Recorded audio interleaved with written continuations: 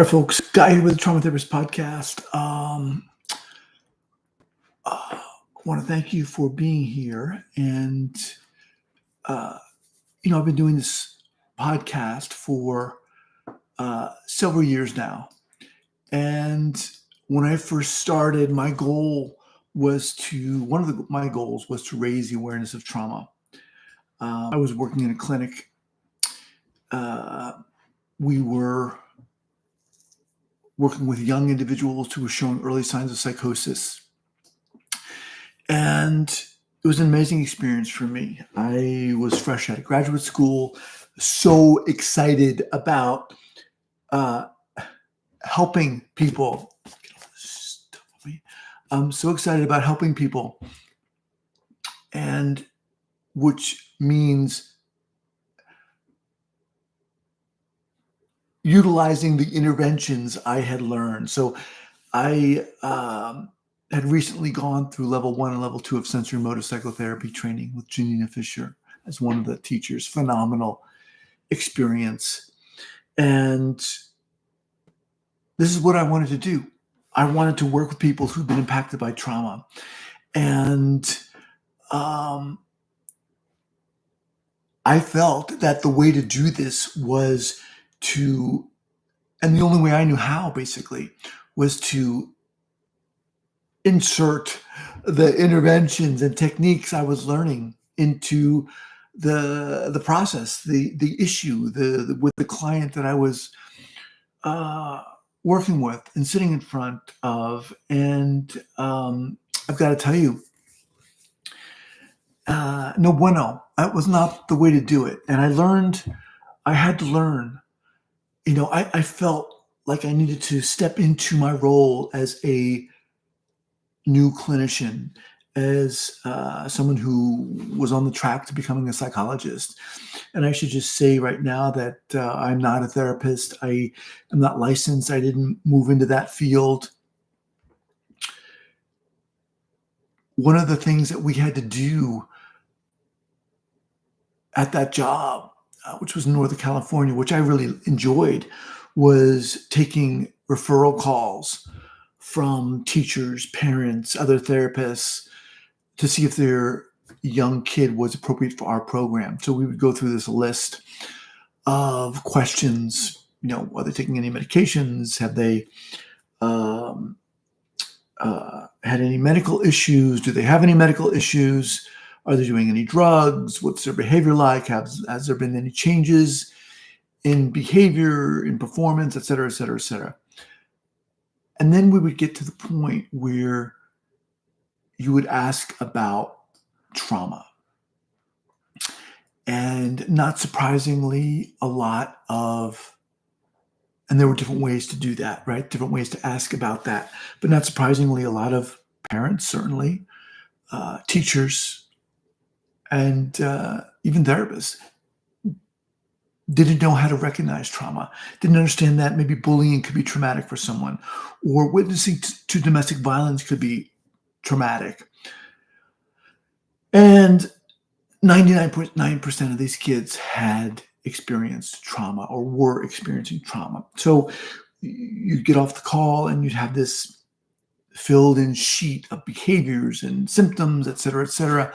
And maybe a week later, this kid would walk in the door if they were appropriate for the program. And it would be this kid, this young kid with a book under their arm, or a stuffed animal under their arm, or a tablet under their arm. And they were sitting in the waiting area, just, playing a game or whatever. You'd just be like, you'd look at your paper and you'd be like, with all the symptoms, and there'd be explosive behaviors. And then you look at the kid and you'd be like, what? That looks like a normal kid. So that was the point where I was like, this is crazy. Someone's got to do something to help get the word out. And that's when I started the podcast. That was one of my inspirations, one of the impetuses, if that's a word, to get this podcast going. And when I first started, I wanted to, I thought it was important to interview master trauma therapists, the big names, right? And what I soon learned was that that's not that's the beginning of the story, because there are so many other people who are not as well known, but no less incredible and inspiring, who taught me that it's just not what you know, but it's who you are and your ability to be yourself. Yes, ethically, and yes, responsibly, and with boundaries, of course. But that's not always easy, and I'll get to that. But this realization arose as a result of one of the questions I asked in my interviews, which was, can you share an early clinical error and what you learned from that? And slowly, I would hear the same story in a sense, which was that there would often arise a point at which a lot of these clinicians weren't comfortable sharing something about themselves at an appropriate place, or being themselves uh, at an appropriate place. And what this did is cause a rupture, in the therapeutic alliance.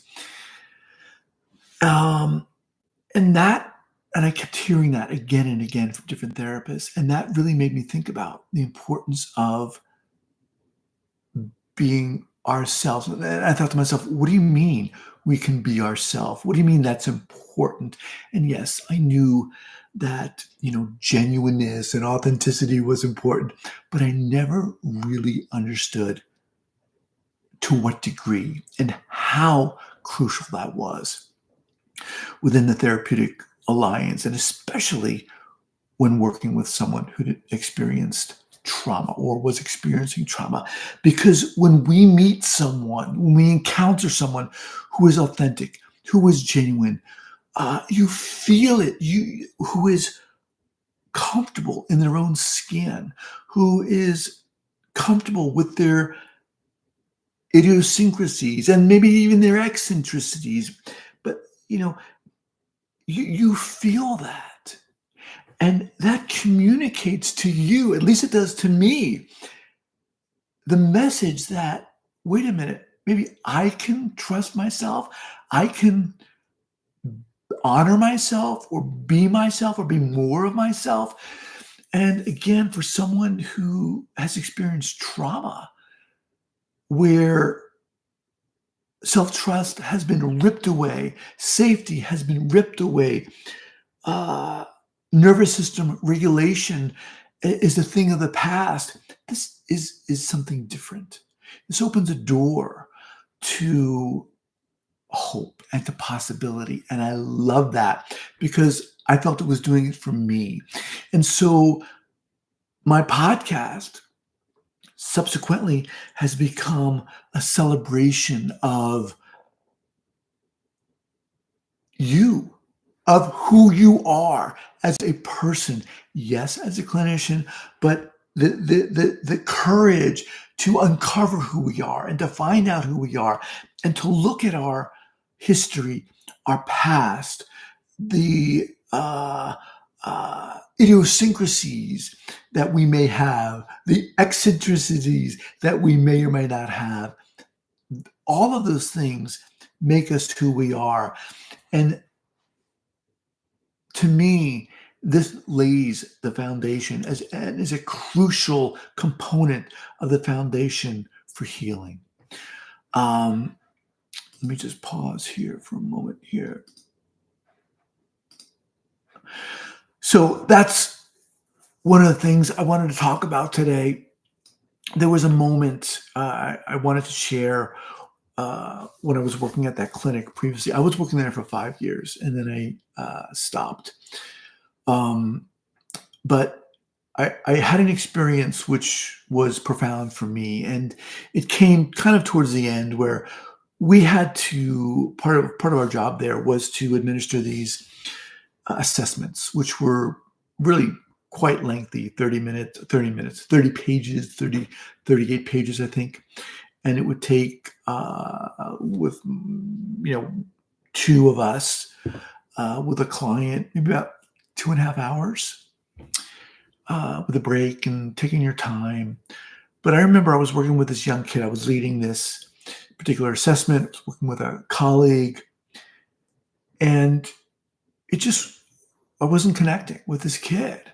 And I think this kid maybe might have been about 15 or 16 years old.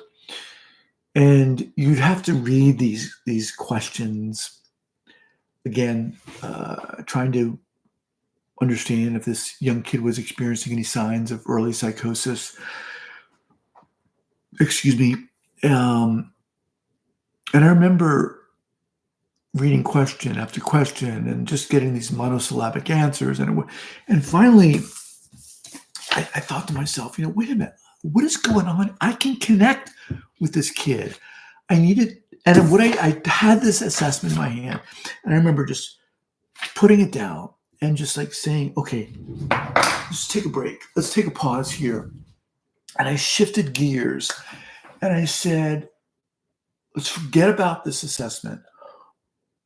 And I asked him, I said, what is it that your parents in the waiting room are not getting? What is it that the teachers you've talked about, the other therapists you've seen, what are they not understanding that they need to understand?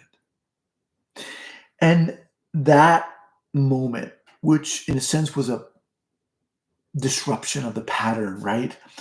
It opened up a door for this kid to communicate, because I was no longer being this by the book therapist.